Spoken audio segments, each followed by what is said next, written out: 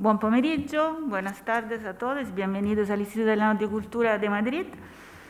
Estamos muy contentos de ver esta sala llena de gente y estamos aquí para celebrar al séptimo centenario de la muerte de Dante Alighieri. Esta mañana hemos hecho una presentación del programa Madrid Città Dantesca, que es un programa extraordinario y el resultado de la colaboración entre universidades, instituciones y organizaciones culturales italianas y españolas en la ciudad de Madrid. Es un resultado extraordinario que es gracias a la iniciativa especialmente del profesor Juan Varela, que está aquí y que agradezco, y es el resultado de la colaboración entre muchas instituciones, el Instituto Italiano de Cultura, el Círculo de Bellas Artes. Tenemos el placer de tener con nosotros a Valerio Rocco Lozano y también de la universidad. Está también Lorenzo Bartoli de la Universidad Carlos III.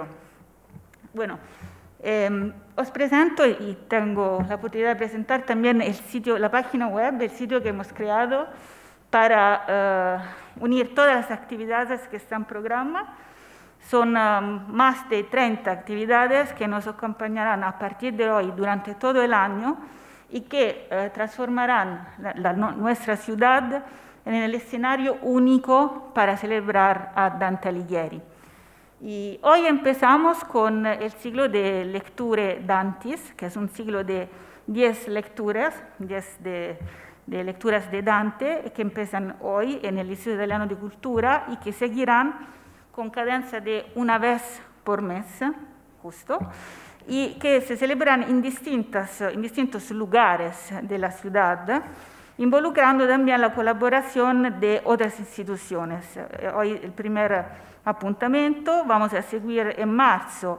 La segunda lectura se tendrá en la librería Enclave de Libros Tirso de Molina, a seguir la Escuela Italiana de Madrid, entonces la librería La Buena Vida, a las 3:14. Entonces hemos involucrado a distintas librerías para ser más cercanos a la ciudad y a todos los madrileños. ¿Cómo están organizadas estas lecturas? El tema claramente es la lectura de la Divina Comedia. Hay siempre muchos temas a profundizar en Dante. Eso lo haremos gracias a la presentación, a la anotación, al comentario de expertos dantistas y también gracias a la lectura de Dante que se hará en lengua española con una actriz, y quiero agradecer la colaboración de Carmen de Aldama, que está aquí con nosotros, y haremos también la lectura en italiano para que se pueda apreciar especialmente la rima, el sonido original de Dante. No quiero aburriros más, y entonces pasaría la palabra a Juan Varela Portas para su presentación. Gracias. Muchas gracias, María Luisa. Se me oye bien a pesar de la mascarilla, ¿verdad? Bueno, muchas gracias a la directora del Instituto Italiano de Cultura por acoger esta primera lectura de la Divina Comedia. Quiero agradecer muy especialmente a Chiara Giordano, investigadora y traductora, que es la que ha organizado realmente todas estas lecturas, estas jornadas. Ha estado en contacto con las librerías, ha hecho el programa y también me quiero felicitar porque estas lecturas, estas 10 lecturas, van a estar hechas por 10 especialistas en Dante que viven en Madrid, cosa que yo creo que hace 20 años no habría sido posible. Hoy en día los estudios de Dante en Madrid están muy desarrollados y todo lo poco que podré decir hoy es el resultado no mío en realidad, sino de una investigación y un estudio de la obra de Dante que se viene realizando en nuestra ciudad desde finales de los años 80 y que inauguró mi maestro Carlos López Cortezu, al que quiero recordar también en el inicio de este año. Para los españoles quería explicar qué es la tradición de la lectura dantis, así dicho en latín. Es el comentario que puede ser más o menos especializado o más o menos divulgativo, dependiendo del ámbito en el que se haga, de normalmente un canto de la Divina Comedia y al final con lectura del canto. Esta práctica empezó a hacerla Boccaccio por primera vez unos 40 años más o menos después de la muerte de Dante en la plaza del Duomo de Florencia. No llegó a completar toda la comedia, pero inauguró esta tradición que desde entonces en Italia se hace pues, en muchas ciudades y en muchas celebraciones sobre la Divina Comedia especialmente. A veces luego eso se publica en actas, tenemos la lectura Dantis Bononiensis, la lectura Dantis Turicensis de Zurigo, hay la romana, la napolitana, hay un montón de lecturas. Es una tradición que se ha venido continuando, se ha venido haciendo en Italia. Nosotros aquí en España vamos a hacer una pequeña variación, y es que no la vamos a hacer por cantos, normalmente por cantos serían 100 lecturas, ¿no? Sino que hemos seleccionado una serie de episodios. Mi lectura, por lo tanto, no es de un canto, sino de un episodio. Esto tiene dos razones. Primero, bueno, para cortar, para no tener que hacer 100 sesiones, pero sobre todo es también digamos, una apuesta metodológica de nuestro grupo de investigación, porque consideramos que la unidad episodio es tan importante a la hora de interpretar, de leer la Divina Comedia, como la unidad canto, que obviamente es muy importante, esto no se puede negar, pero que tampoco se debe negar la unidad episodio, que es además una unidad narrativa. Nosotros valoramos mucho la Divina Comedia no solo como poesía, sino también como narración, como ahora intentaré destacar en mi lectura. Dicho esto, empiezo por lo tanto, bueno, y luego al final terminaremos con el recitado de los versos, como ha dicho la directora, que es lo tradicional en una lectura Dantis, primero en español para que ustedes puedan captar el significado, el sentido, y después en italiano para que puedan captar el sonido y la belleza sensible del texto. No es de todo el primer canto y el segundo canto porque sería muy largo, es de una selección de versos de ambos cantos. Aunque se suele decir que el canto primero del infierno es el proemio de la Divina Comedia, es decir, como dice la RAE, un prólogo antepuesto al cuerpo del libro, creo que, en realidad, la obra empieza como una novela de aventuras in media res, con el protagonista perdido y angustiado en una misteriosa situación de peligro, es decir, en pleno desarrollo narrativo y, por lo tanto, firmemente unido al cuerpo del libro.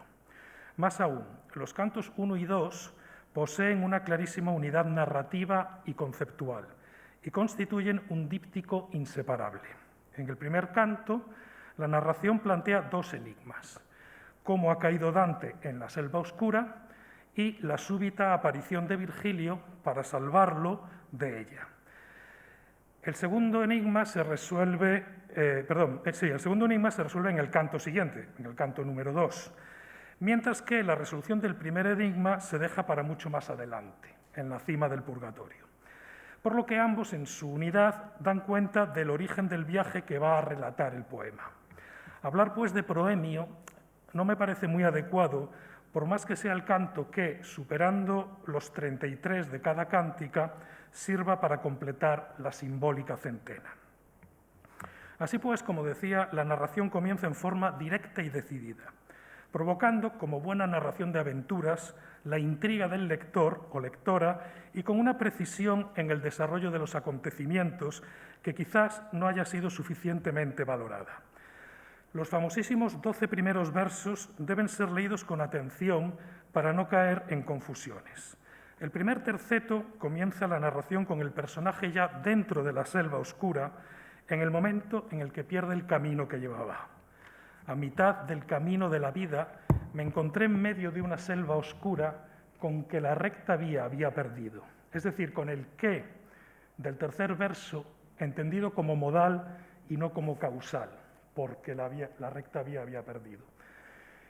Luego de ponderar cómo era de ruda aquella selva y el pavoroso efecto que provocó, y aún en el momento en que está narrando provoca en el protagonista, la narración vuelve, en un movimiento de flashback o analepsis, a explicar cómo había llegado a esa selva, algo que el protagonista no recuerda muy bien, pues en ese momento estaba pien di sonno, lleno de sueño, y había abandonado la verace vía.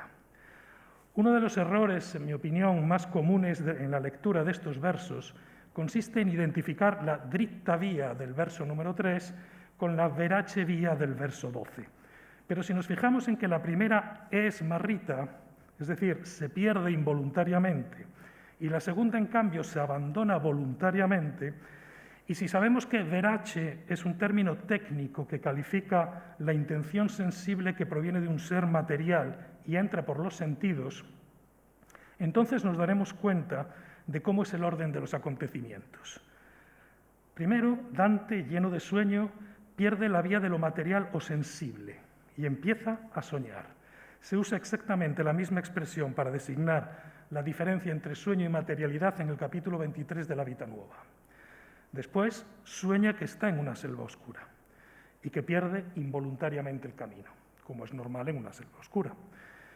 Estos acontecimientos, obviamente, además de tener una concreción en el nivel literal, es decir, de estar efectivamente sucediendo en el mundo literario fantástico que el autor crea e imprimiéndose, por tanto, como hechos efectivos en nuestra imaginación lectora, tiene un significado abstracto o intelectual que no es difícil de alcanzar si consideramos cómo distingue Dante lo verace y lo dritto en el Convivio.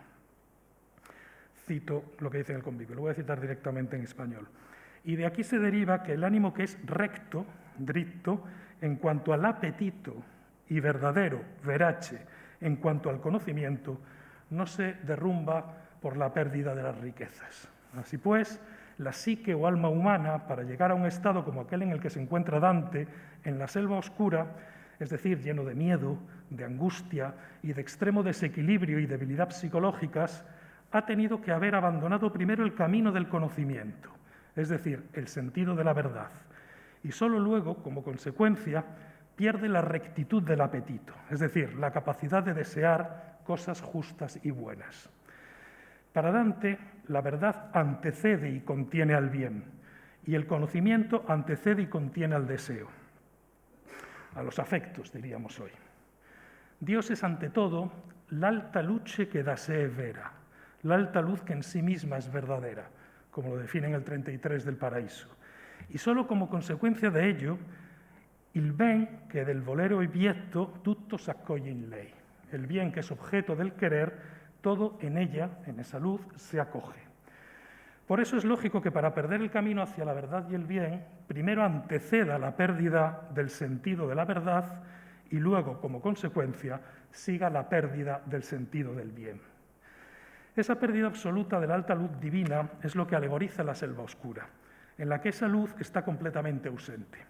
La bella sinestesia del verso 60, là dove il sol tace, donde el sol calla, señala justamente este aspecto porque el sol, como Dante explica en el Convivio, es el objeto sensible más digno de representar a Dios, y sus rayos son imagen del logos o verbo divino que imprime los inteligibles, es decir, las formas ejemplares que al sellarse en la materia conforman los seres. Y la selva es, por tanto, esa parte de la materia que no alcanza a recibir la luz, y es obscuridad pura, y por tanto el origen del desorden y del mal en el universo. Los medievales, desde San Agustín, la llamaban la materia informe o primera de los elementos. Y lo peculiar en el planteamiento de Dante es que siente que, a pesar de toda la belleza impresa en el universo, éste tiene un residuo de informidad, de mal, de oscuridad, que incomprensiblemente lo hace imperfecto. Fíjense, por tanto, que el viaje de Dante es un recorrido desde la oscuridad a la luz, de la potencia al acto, del mal al bien, de la mentira a la verdad. Un viaje que recorre todos los estadios posibles del universo. Noten también que mi exégesis no es la habitual, de tipo moral, sino metafísica y noseológica. El mal moral es consecuencia del error noseológico y de la imperfección metafísica, de la que Dante parte. Pero el protagonista, como es sabido, llega al término del valle y ve el reflejo del sol, no el sol directo, tras la cumbre de una loma. Y calmado por ello, mira para atrás como mira un náufrago al mar en el que casi perece. E inicia la ascensión en busca de esa luz, pero comete dos errores. Primero, no reposa lo suficiente. Segundo, trata de subir de forma demasiado directa. La ascensión a una colina, o en latín specula, en busca de la luz, es imagen de la ascensión de la mente en la especulación o conocimiento filosófico racional en busca del logos divino, del que el intelecto humano participa. Lo confirma cómo se refiere a él Virgilio un poco más adelante, en los versos 77 y 78. Il dilettoso monte che è principio e cagion di tutta gioia, el deleitoso monte que es principio y razón de todo gozo. Porque para Dante, como explica en el Convivio o luego en el Monarquía, es justamente la actividad intelectual, la más elevada de las que puede realizar el ser humano, el principio y causa de la felicidad. No hay para Dante felicidad sin conocimiento, sin verdad, por lo tanto, o dicho en otros términos, en la mentira y en la ignorancia solo puede haber profundo malestar e infelicidad. De todas formas, el hecho de que en su subida Dante mantenga el pie quieto siempre más abajo, como dice el verso 30, indica, siguiendo una antigua alegoría agustiniana, que quien sube está demasiado pegado a los afectos terrenales, y el hecho de que se sube demasiado rectamente y sin haber descansado, que la mente confía en exceso en sus propias fuerzas intelectuales. Y en efecto, creo que esta ascensión a la postre frustrada alude al periodo en el que Dante se creyó cantor rectitudines, poeta de la rectitud, entre 1300 y 1306, y pensó que podía salir de la crisis en la que estaba por medio del estudio filosófico y de la poesía civil. Pero hete aquí que en esa subida 3 fieras se le enfrentan y le impiden seguir el camino. Pero fijémonos bien en las transiciones bruscas entre una y otra fiera, entre los versos 43 y 44 y 48 y 49. Fijémonos en que el león y la loba se aparecen a la vista usando el verbo appare, que es el término técnico con que se presentaban las visiones. Fijémonos, por último, en que más adelante, tanto Dante, en el verso 88, como Virgilio, en el verso 94 y siguientes, se refieren solo a una sola bestia, y no a 3. Y podemos concluir que se trata de una sola bestia que se transforma, ante los ojos de Dante, mostrando en cada transformación un aspecto más amenazante y aterrador.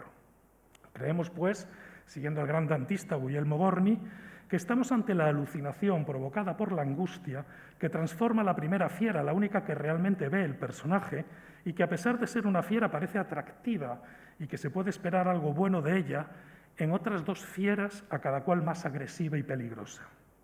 No estamos, pues, ante 3 conceptos alegorizados, como se suele decir, sino ante la alegoría de un concepto complejo que tiene diferentes manifestaciones y que a primera vista puede parecer positivo, pero que acaba transformándose en un horror.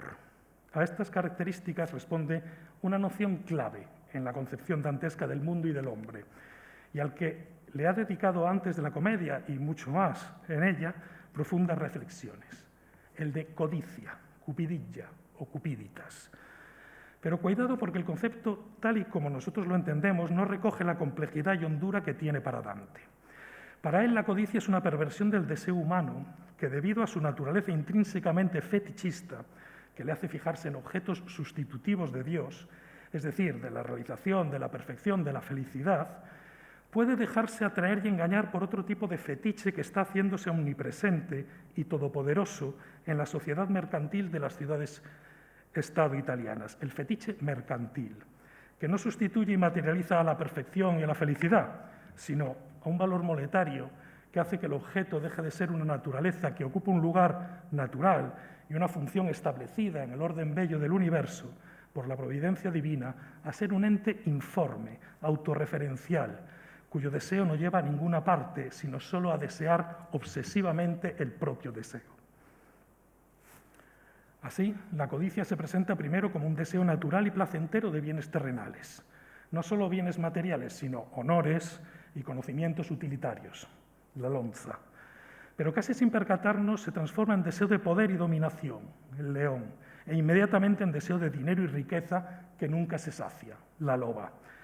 La codicia, es decir, la perversión del apetito, es para Dante el fundamento de la progresiva degradación psíquica que produce el error ético y con él el pecado. Y noten ustedes que, al ser no solo un ser que se le opone en el camino, es decir, un mal exterior a Dante, sino una alucinación de su mente, la fiera señala tanto un mal social, como ahora mismo veremos, como un mal psíquico interior del propio Dante, de la propia psique humana. En efecto, sabemos que Dante se dejó llevar por la codicia, aunque fuera una codicia un tanto especial, pero para él tan perniciosa como las otras, la codicia del conocimiento, que hace olvidar que el conocimiento debe servir para alcanzar la felicidad personal y colectiva, y no para la satisfacción o el beneficio inmediato. Así que Dante, enfrentado a la fiera, termina por caer de nuevo en la selva. O, alegóricamente, la mente o psique humana, o alma humana, enfrenta a la codicia en sus diferentes manifestaciones, vuelve a caer en la oscuridad de la materia, informe origen del mal y de la imperfección, y se pierde en un estado de angustia, miedo, desequilibrio y debilidad psicológica, que en tiempos de Dante se denominaba viltà, vileza. Y entonces se produce el milagro. En medio de la oscuridad de la selva aparece una figura desleída y silenciosa, a la que Dante grita pidiendo socorro con las palabras del Salmo 51 de David, Miserere mei, lo que iniciará una identificación entre ambos que se repetirá a lo largo de la obra. Dante y David, el pecador arrepentido. Dante y David, el espíritu justo que encontrará en el cielo de Júpiter. Y sobre todo, Dante y David, el cantor del Espíritu Santo, el inspirado directamente por Dios en su poesía. Virgilio se presenta poniendo de relieve dos circunstancias clave en la importancia que Dante, el autor, le confería como poeta. En primer lugar, su vinculación biográfica con el momento de máximo esplendor del imperio romano, la Pax Augusta, que sirve de acogida perfecta al advenimiento de Cristo, como más adelante, siguiendo la lectura, aprenderemos. Y en segundo lugar, su autoría de la Eneida, no solo modelo directo al que Dante se vincula, sino poema que para Dante, como también sabremos más adelante, narra el origen providencial del imperio al que nuestro autor confiere el máximo de legitimidad política.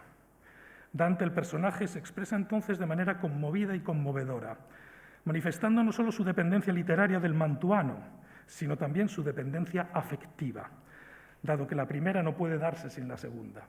Solo nos influyen profunda y poderosamente los libros que amamos, y gracias a ese amor estudiamos. Y le pide desesperadamente ayuda para superar el miedo que le produce la fiera codicia, a lo que Virgilio le responde que para salir de la selva será necesario hacer otro viaje distinto al que ha intentado subiendo el monte de la especulación filosófica, porque la bestia de la codicia no deja realizar ese camino, sino que al que lo intenta lo conduce a la muerte. Justamente porque su naturaleza malvada y cruel, como ya indicamos, es la de siempre desear y desear insaciablemente. Y además tiene tantas crías o manifestaciones derivadas como son los animales a los que se une, con referencia probablemente a los propios seres humanos que, habiendo perdido la razón, son como bestias, como Dante expresa en otros lugares. Como hemos señalado, la aparición de Virgilio introduce en la narración el componente político, que va a ser también uno de sus rasgos distintivos. Por ello, no es de extrañar que en su primera gran intervención lance la primera y una de las más famosas profecías políticas de la obra, según la cual un lebrel, el veltro, acabará con la loba y la devolverá al infierno, del cual la envidia de Lucifer la había sacado.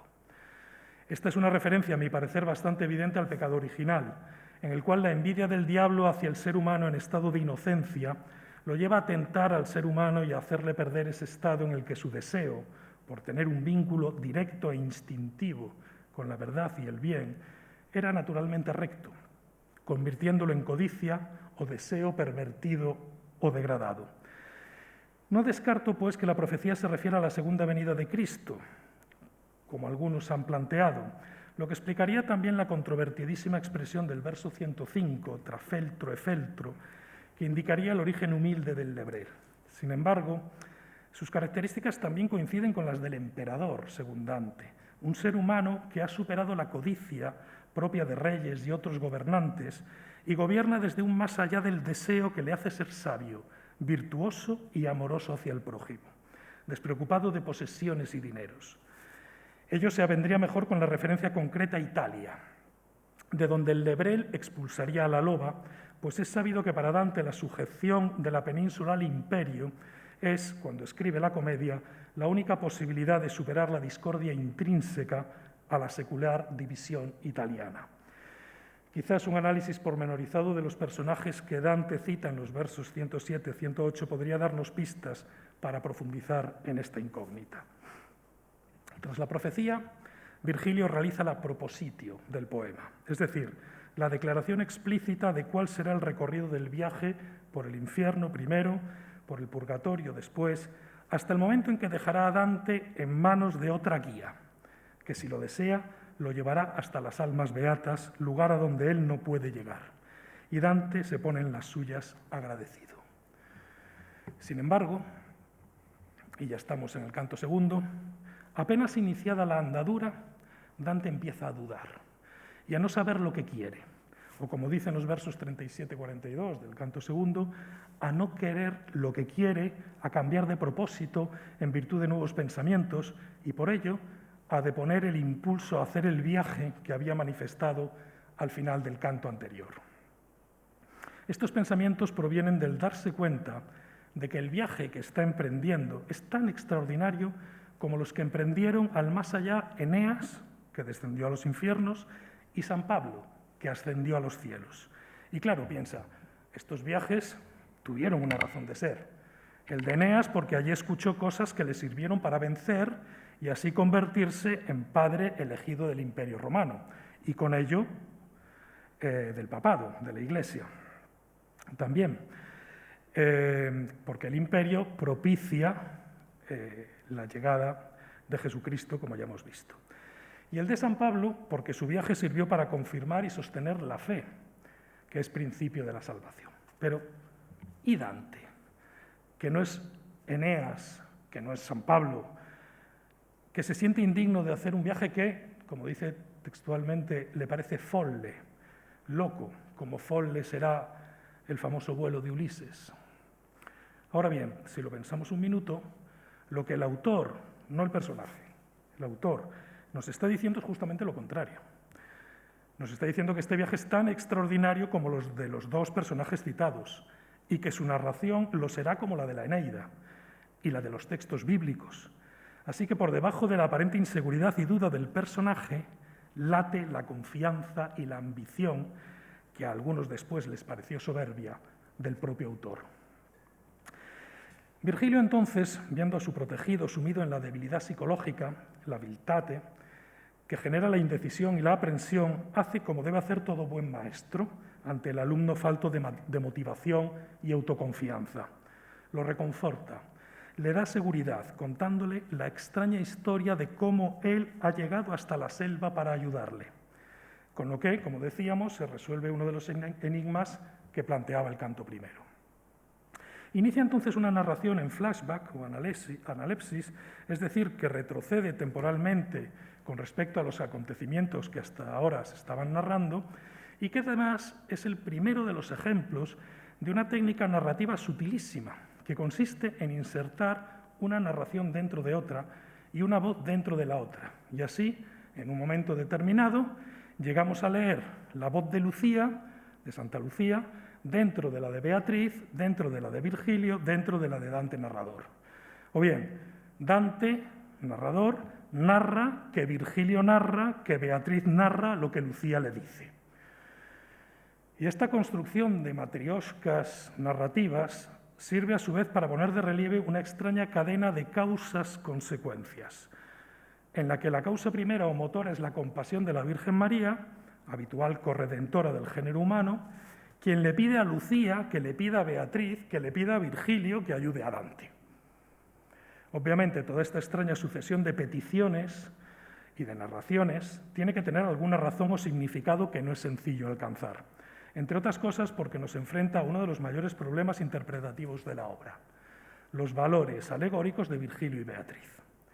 Si aceptamos que Dante es figura de la mente humana en su itinerario hacia Dios, habrá que concluir que lo que Virgilio narra es el origen de ese itinerario, con un primer impulso redentor que permite a la mente humana escapar de la angustia, el miedo, la debilidad en la que está estructuralmente sumida y que la aboca a la codicia o perversión del deseo.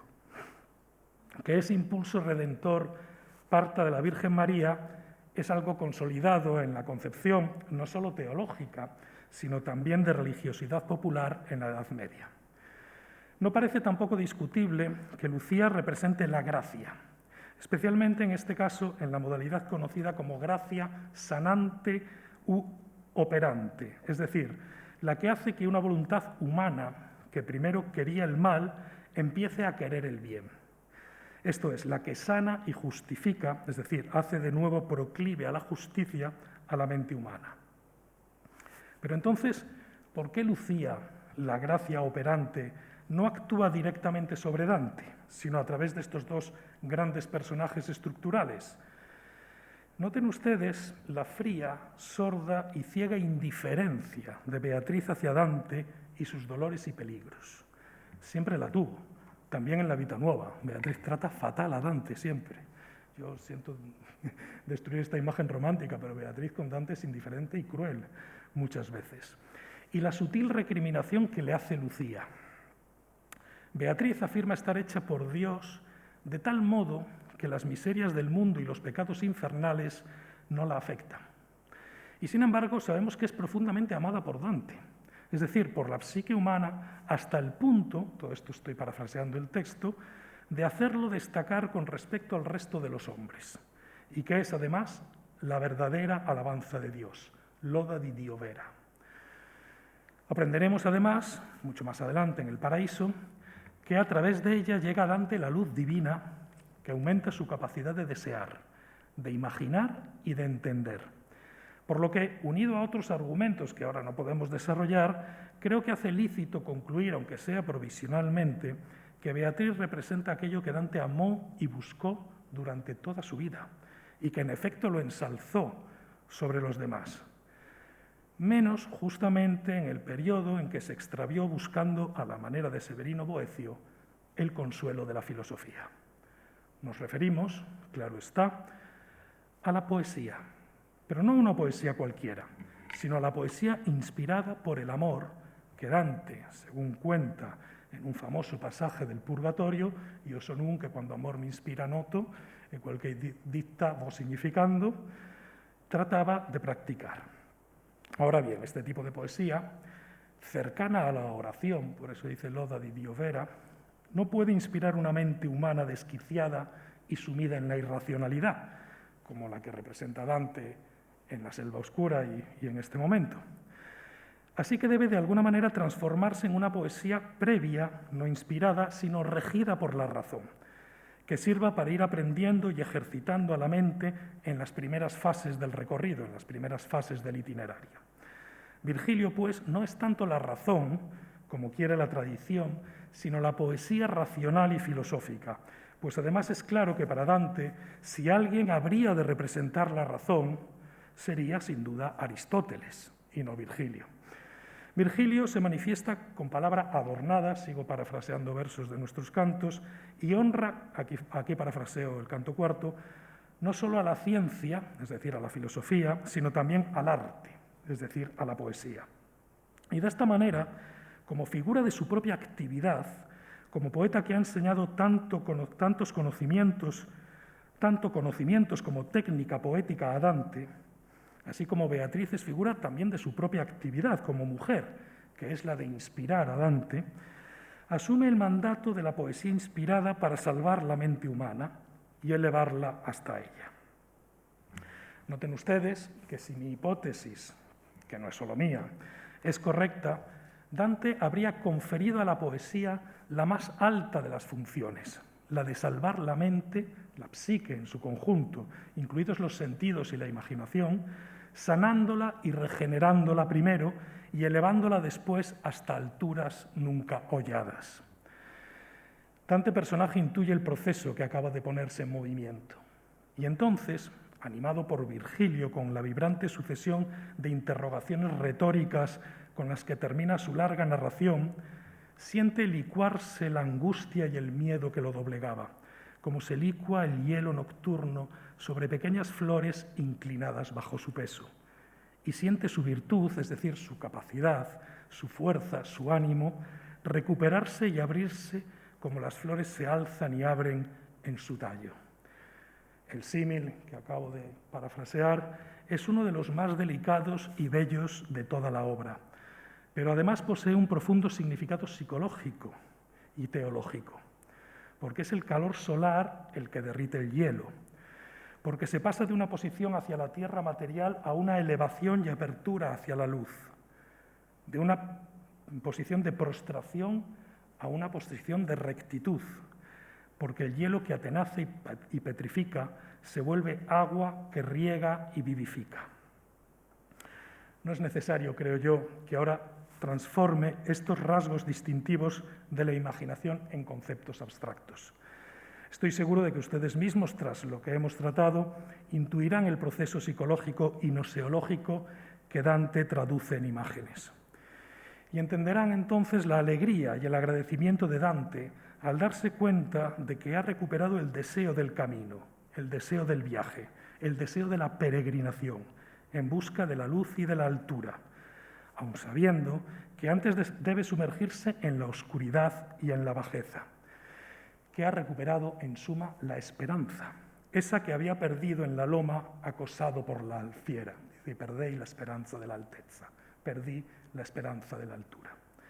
Ahora, sanado y recuperado por Virgilio, ya está dispuesto a entrar, siguiendo a su maestro, por el camino alto e silvestre. Muchas gracias.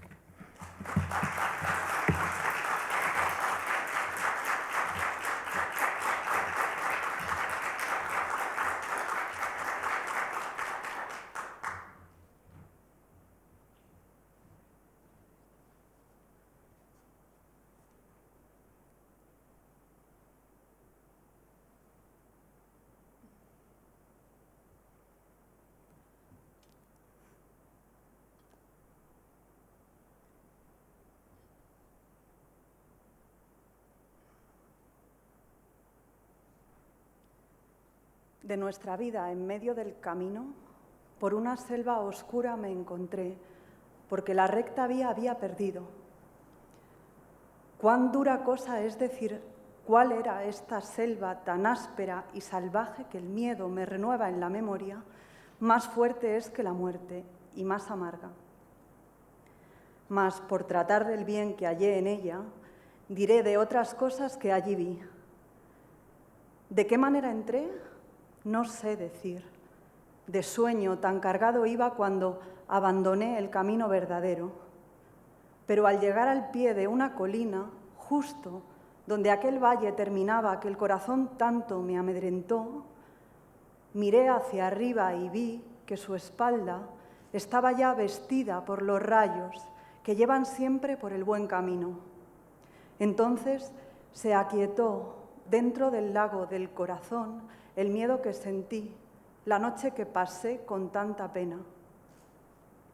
Como quien, con aliento entrecortado, sale del piélago y llega a la playa y mira el agua de donde escapó, así el ánimo mío que aún huía se volvió atrás a contemplar el sitio que no dejó jamás a nadie vivo. Después de dar descanso un poco al cuerpo, a andar recomencé en aquel desierto, siendo el de apoyo siempre el pie más bajo. Empezaba a subir, cuando de pronto a una lonza vi ágil y ligera, de pelo a manchas toda recubierta, y no se me quitaba de delante, estorbándome tanto en el camino que estuve a punto de volver atrás.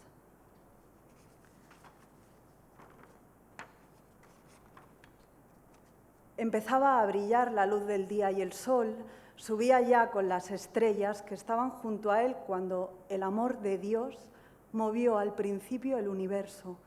Confianza me daban y animaban frente a la fiera con la piel manchada, la hora del día y la dulce estación. Pero no tanto que no me aterrara un león que allí se me apareció. Me parecía que contra mí venía, con la cabeza erguida y tan hambriento que al aire mismo hacía temblar de miedo.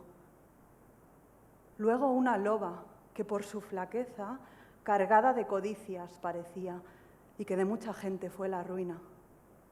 Tal fue la pesadumbre que me dio esta, por el terror que suscitaba, que perdí la esperanza de la altura.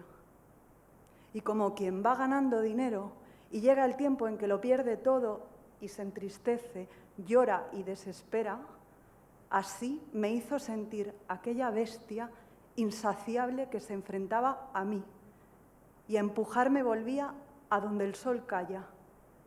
Mas, mientras poco a poco me iba hundiendo, se me ofreció a los ojos quien por largo silencio parecía haberse apagado. Cuando lo vi en medio del desierto, miserere de mí, yo le grité: que seas tú fantasma u hombre real. Me contestó: no vivo, ya viví. Lombardos fueron los que me engendraron. Ambos eran de patria mantuana.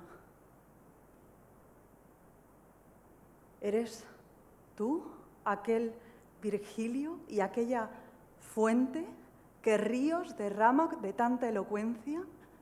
Le contesté con frente avergonzada. Tú, que de los poetas eres lumbre, válgame el largo estudio y el amor con los que escudriñé todas tus obras. Tú eres mi maestro, eres mi autor, el único. Eres tú del que saqué el bello estilo que me ha dado fama. Mira qué bestia me hace recular. Tú, que eres sabio, sálvame de ella porque me hace temblar todas las venas. Tú debes recorrer otro camino, me respondió al ver cómo lloraba, si quieres escapar de este lugar, porque esta bestia que te desespera no deja paso a nadie en su camino y persigue a cualquiera hasta matarle. Tiene naturaleza tan malvada que nunca harta se queda en su codicia y después de comer tiene más hambre. Con mucha gente suele copular y muchos más serán hasta que llegue el lebrel que la muerte le dará. Para tu bien ahora, considero que has de seguirme. Yo seré tu guía.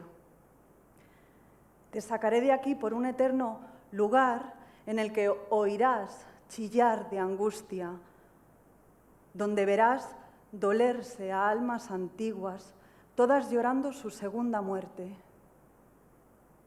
También verás a los que están contentos dentro del fuego porque les espera el paraíso, sea cuando sea, a donde luego, si querrás subir, un alma encontrarás que yo más digna con quien te dejaré cuando me marche, porque el emperador que allí gobierna y a cuya ley yo me rebelé, no quiere que yo entre en su ciudad.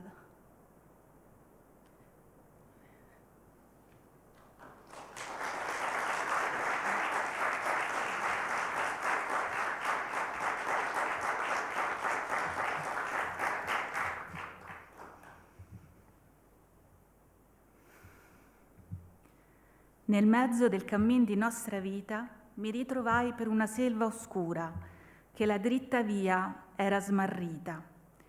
Ahi, quanto a dir qual era e cosa dura, esta selva selvaggia e aspra e forte, che nel pensier rinnova la paura. Tante amara che poco è più morte, ma per trattar del ben chi vi trovai, dirò dell'altre cose chi vo scorte. Io non so ben ridir come vi entrai, tant'era pien di sonno a quel punto che la verace via abbandonai.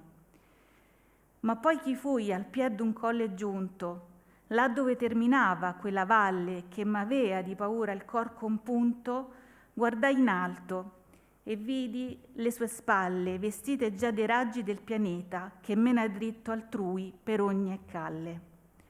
Allor fu la paura un poco queta, che nel lago del cor m'era durata la notte chi passai con tanta pietà.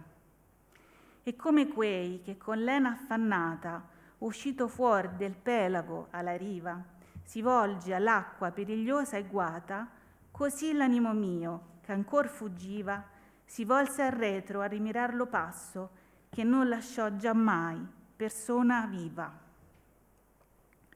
Poi, che posato un poco il corpo lasso, ripresi via per la piaggia diserta, sì che il pie fermo sempre era al più basso.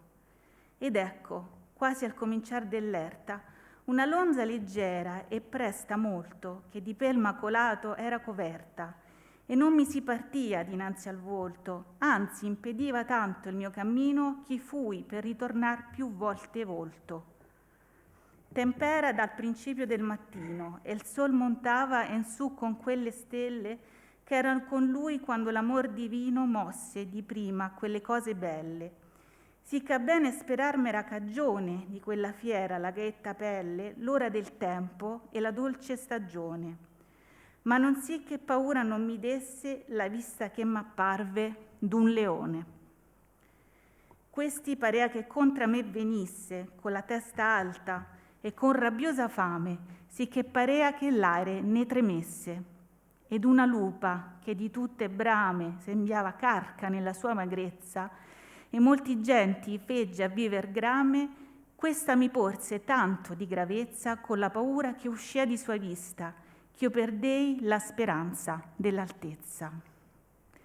E qual è quei che volentieri acquista, e giugne il tempo che perderlo face, che in tutti i suoi pensier piange e s'attrista. Tal mi fece la bestia senza pace, che venendomi incontro a poco mi ripigneva laddove il sol tace. Mentre chi rovinava in basso loco, dinanzi agli occhi mi si fu offerto chi per lungo silenzio parea fioco.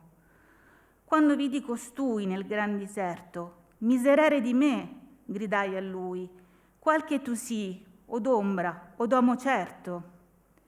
Risposemi, non uomo già fui, e li parenti miei furon lombardi, mantoani per patria, ambedui. Orse tu quel Virgilio e quella fonte che spandi di parlarsi il largo fiume? Risposi io lui con vergognosa fronte. O degli altri poeti, onore e lume, vagliami il lungo studio e il grande amore che m'ha fatto cercar lo tuo volume. Tu sei lo mio maestro e il mio autore, tu sei solo colui da cui io tolsi lo bello stilo che m'ha fatto onore. Vedi la bestia perché io mi volsi, aiutami da lei, famoso saggio, che ella mi far tremar le vene e i polsi. A te conviene tenere altro viaggio, rispose, poi che lagrimar mi vide, se vuoi campar d'esto loco selvaggio, che questa bestia, per la qual tu gride, non lascia altrui passar per la sua via, ma tanto lo impedisce che l'uccide. E a natur sì malvagia e ria, che mai non empie la bramosa voglia, e dopo il pasto ha più fame che pria. Molti sono gli animali a cui s'ammoglia, e più saranno ancora, infin che il veltro verrà, che la farà morir con doglia. Ond'io per lo tuo me penso e discerno che tu mi segui, e io sarò tua guida, e trarrotti di qui per loco eterno, ove udirai le disperate strida, vedrai gli antichi spiriti dolenti che alla seconda morte ciascun grida, e vedrai color che son contenti nel fuoco, perché speran di venire quando che sia alla beate genti, alle quali poi se tu vorrai salire, anima fia a ciò più di me degna. Con lei ti lascerò nel mio partire, che quell'imperador che lassù regna, perché fu ribellante alla sua legge, non vuol che in sua città per me si vegna. In tutte parti impera e quivi regge, quivi è la sua città e l'alto seggio. Oh felice colui cui ivi elegge.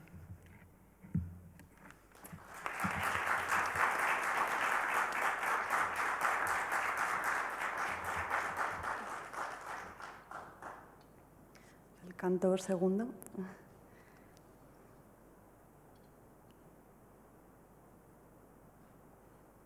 Mas yo, ¿para qué ir? ¿O quién lo quiere? No soy Eneas yo, ni soy San Pablo, ni yo, ni nadie cree que tanto pueda. Así que si me avengo a hacer el viaje, me temo que cometo una locura. Tú eres sabio, ¿entiendes lo que digo? Si bien entiendo lo que estás diciendo, me contestó la sombra de aquel grande, vileza es lo que tu alma mortifica, que aflige a veces tanto como para desanimar de toda noble empresa, como por falso ver bestia se asombra. Para que de este miedo te liberes, ahora te diré por qué he venido y aquello que por ti me dio pesar.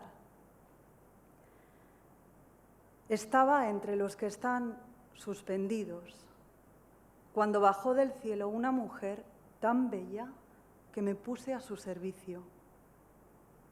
Brillaban más que estrella aquellos ojos cuando empezó a decirme dulcemente con voz angelical estas palabras: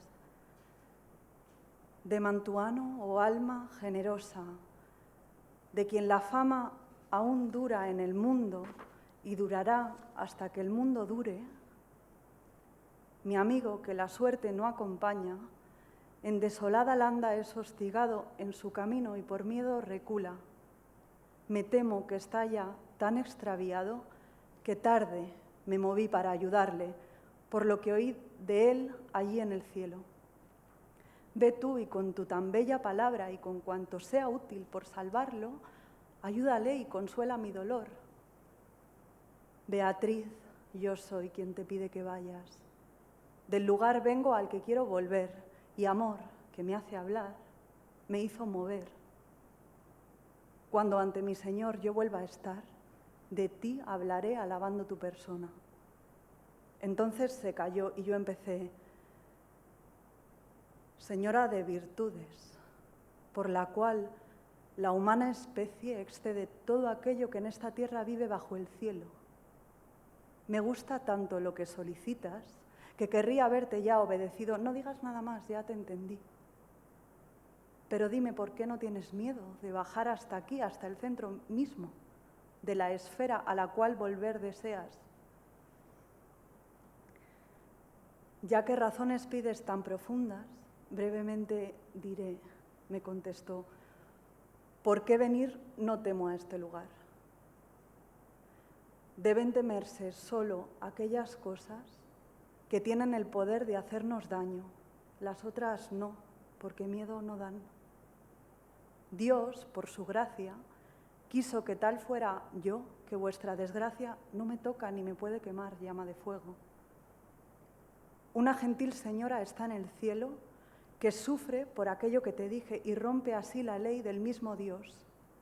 Esta llamó a Lucía para decirle: tu ayuda necesita tu fiel, así que a ti ahora lo encomiendo. Lucía, que odia toda crueldad, entonces se movió y me vino a ver, donde estaba yo junto con Raquel.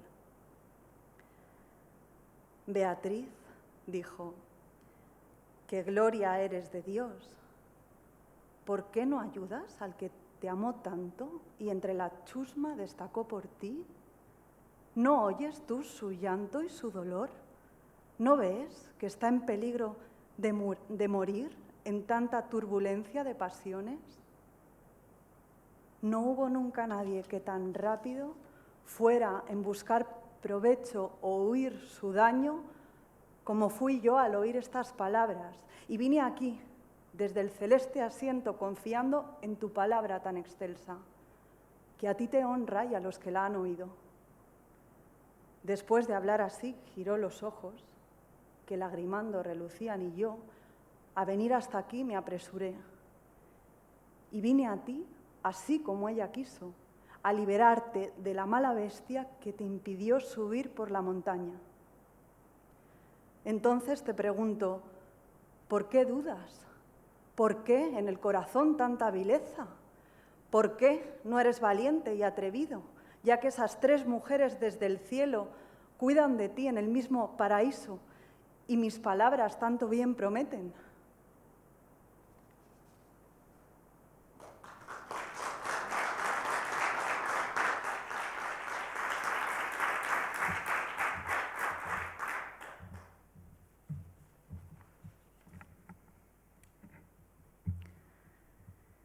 Ma io, perché venirvi? O chi il concede?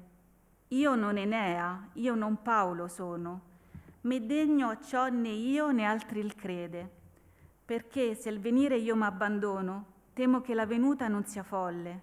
Se, savio, intendi me chi non ragiono. Si ho ben la parola tua intesa, rispose del magnanimo quell'ombra, l'anima tua è da viltade offesa. la qual molte fiate l'uomo ingombra, sì che d'onrata impresa lo rivolve, come falso veder bestia quando ombra. Da questa tema a ciò che tu ti solve, dirotti perché io venni e quel che io intesi nel primo punto che di te mi dolve. Io era tra color che son sospesi, e donna mi chiamò beata e bella, tal che di comandare io la richiesi. Lucevan gli occhi suoi più belli che la stella, e cominciò mi ardir soave e piana, con angelica voce, in sua favella. O anima cortese mantuana, di cui la fama ancor nel mondo dura, e durerà quanto il mondo lontana, l'amico mio, e non della ventura, nella diserta piaggia ha impedito, sì nel cammin, che voltè per paura. E temo che non sia già sì smarrito, ch'io mi sia tardi al soccorso levata, per quel che ho di lui nel ciel udito. Or movi, e con la tua parola ornata e con ciò che ha mestieri al suo campare, l'aiuta sì chi ne sia consolata. Io son Beatrice che ti faccio andare, vegno del loco ove tornar disio, amor mi mosse che mi fa parlare. Quando sarò dinanzi al Signor mio, di te mi loderò sovente a Lui. Tacette allora, e poi comincia io. O donna di virtù, sola per cui l'umana spezie eccede ogni contento di quel ciel che a minor li cerchi sui, tanto m'aggrada il tuo comandamento, che l'ubidir, se già fosse, m'è tardi. Più non te vuò caprirmi il tuo talento, ma dimmi la cagion che non ti guardi dello scender qua giuso in questo centro dell'ampio loco ove tornar tu ardi. Da che tu vuoi saper cotanto adentro, dirotti brevemente, mi rispose, per chi non temo di venir qua entro. Temersi di solo quelle cose ch'hanno potenza di fare altrui male, dell'altre no, che non son paurose. I son fatta da Dio, sua mercè, tale che la vostra miseria non mi tange, né fiamma d'esto incendio non m'assale. Donna e gentil nel ciel che si compiange di questo impedimento io ti mando, sì che duro giudicio la suffrange. Questa chiese Lucia in suo dimando e disse: ora ha bisogno il tuo fedele di te, e io a te lo raccomando. Lucia, nemica di ciascun crudele, si mosse e venne al loco dov'era, che mi sedea con l'antica Rachele. Disse: Beatrice, loda di Dio vera, che non soccorri quei che t'amò tanto, c'uscì per te della volgare schiera? Non odi tu la pietà del suo pianto? Non vedi tu la morte che il combatte sulla fiumana ove il mar non ha vanto? Al mondo non fur mai persone ratte a far lor pro o a fuggir lor danno, com'io, dopo cotai parole fatte. Venni qua giù del mio beato scanno, fidandomi del tuo parlare onesto, con ora te e quei ch'udito l'hanno. Poscia che m'ebbe ragionato questo, gli occhi lucenti lagrimanti volse, perché mi fece del venir più presto, e venni a te così come la volse. Dinanzi a quella fiera ti levai, che del bel monte il corte andar ti tolse. Dunque, che è? Perché? Perché restai? Perché tanta viltà nel core allette? Perché ardire e franchezza non hai? Poscia che t'hai 3 donne benedette cura di te nella corte del cielo, e il mio parlar tanto ben ti promette?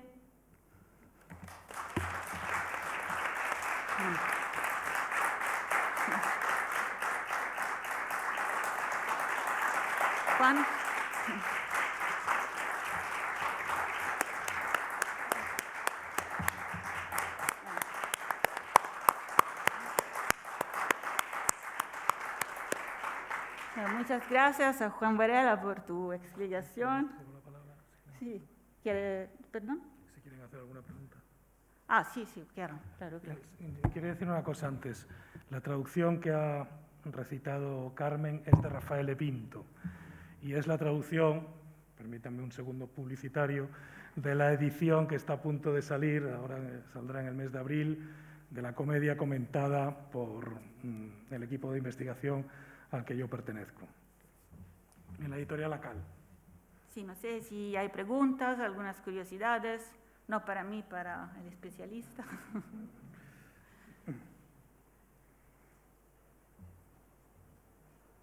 Ninguna.